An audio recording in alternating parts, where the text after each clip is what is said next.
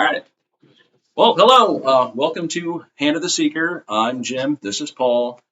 And we're just going to do a little intro of our backgrounds from a practitioner standpoint of the occult. So, my background is my mother talked to spirits and she saw spirits. So, she kind of guided me on that path. And when I got older, I decided to get into meditation.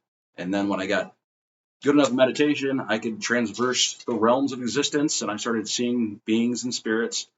And then I thought of, well, what if I did this in ritual magic without the meditation? So I started doing that. And that's what got me involved. And yes, it works. And that's pretty much my background on that. And I'll hand it over to Mr. Paul. Hello, I'm Paul Lutens. I've been interested in the occult for decades. Been reading about it and studying it and just exploring it and actually trying to practice some aspects of it in the last few years. With some success, I think, but it's just a learning process. It never really ends. But I don't think my curiosity for it will ever end either, so it works. Is that it? Yeah, Good? that's it. Okay. All right. So we're going to talk about all kinds of aspects of the occult and spirituality on this channel. I might ran on and, or sidetracked or whatever. But yeah, me and Paul are going to try to do this together. And if not, we might post singly, but whatever. Yeah, we're going to talk about this crazy, weird stuff. And maybe you like it, maybe you don't. And that's cool.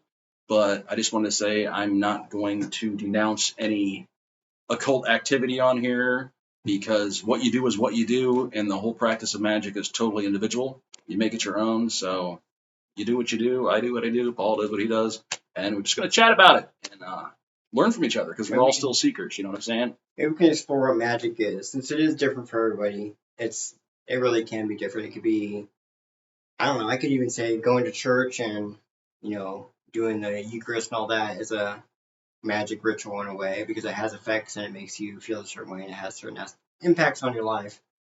But yeah, it really is a personal experience. It really is a personal thing. Or you can just strictly find a book and adhere to it and practice that too. But in ways you're making that your own. You're making that your own in a way too. So it is what you make of it, and it can be what you make of it. I guess think what you put into it is what you get out of it. If you just kind of are half-assing it and not really taking it too seriously, but you're doing it more for how it looks, it's not going to be quite as beneficial to you as it would be if it's something you're doing because it speaks to you. And I totally agree because I think if you dwell on stuff you do, it's probably either going to half-ass work or not work altogether. So you kind of just got to do it, let it go, do its thing. That's where I come from. I mean, I understand the mind dwells, but if you do that, it's probably going to do or have the effects that you want it to have. It's still going to have some effects, but I don't think they're going to be as powerful. But yeah, we're going to talk about all that kind of stuff, and we'll see you next time. And thanks for tuning in. We'll talk about the chameleon. All right, we'll talk about that and meditation and all kinds of weird stuff. So yeah, we're going to get into all kinds of stuff. Because if you study the occult, it branches off to all kinds of different labels. I'm not going to go into all of them because there's billions of them. So, all right.